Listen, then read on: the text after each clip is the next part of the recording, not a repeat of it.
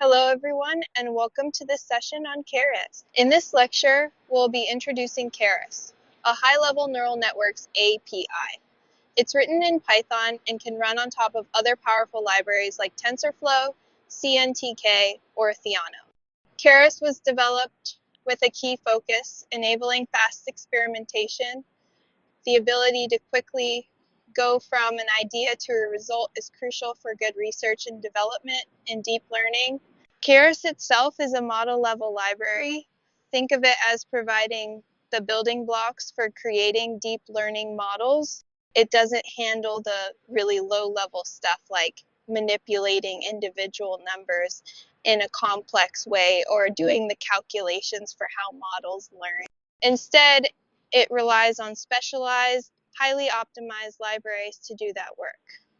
These libraries serve as the back-end engine for Keras. We have three main options for the back-end. First, TensorFlow, an open-source library from Google.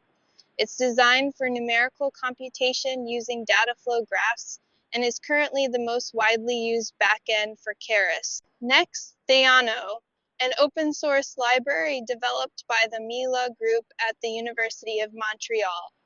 Theano was one of the early pioneers in deep learning libraries.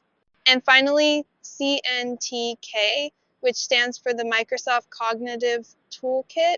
This is another deep learning framework developed by Microsoft. Keras acts as a user-friendly interface to these backend libraries.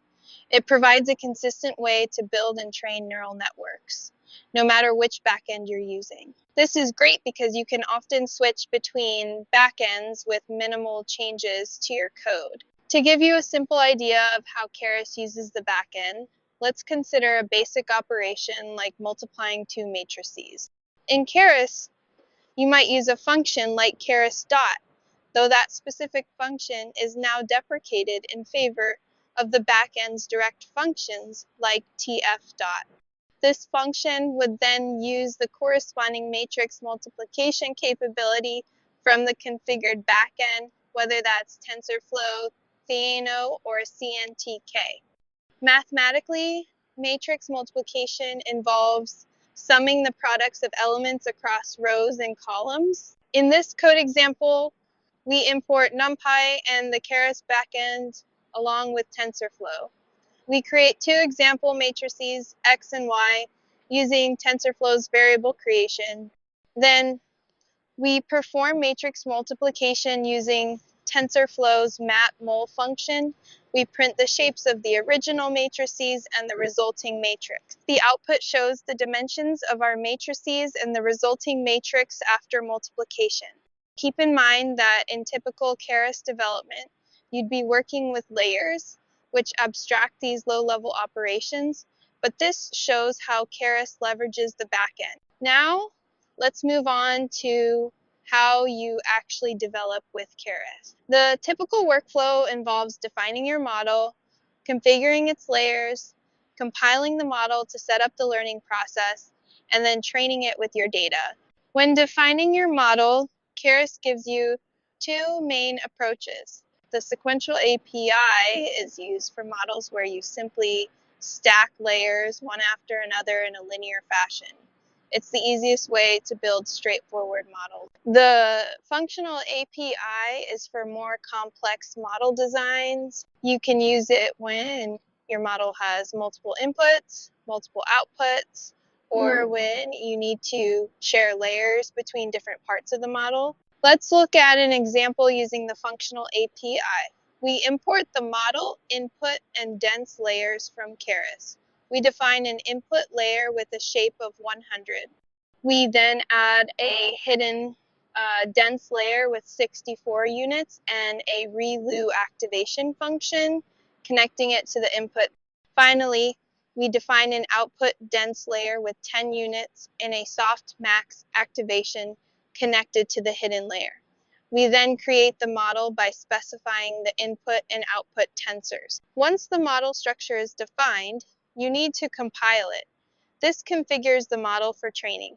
In this example, we compile the model using the Atom Optimizer categorical cross entropy is the loss function, and we'll track accuracy as a metric. After compiling, you would train the model using the fit method. This is where you provide your training data, specify the number of training cycles or epochs, and the batch size. To see how well your trained model performs on unseen data, you use the evaluate method. This will give you the loss in any metrics you specified during compilation, like accuracy, on your test data.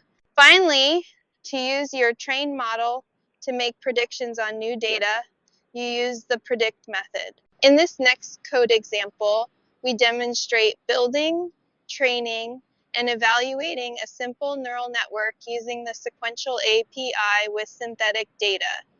We import necessary libraries like NumPy, Matplotlib for plotting, and components from scikit-learn for data generation and splitting. We also import the sequential model and dense layer from Keras. We generate synthetic classification data with 2 features. Then we split this data into training and testing sets. We create a sequential model, adding a dense layer with 10 units and ReLU activation, specifying the input dimension is 2.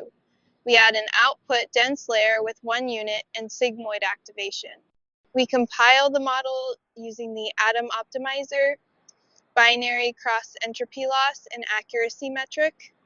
We train the model using the fit method, storing the training history. After training, we evaluate the model on the test data and print the test accuracy.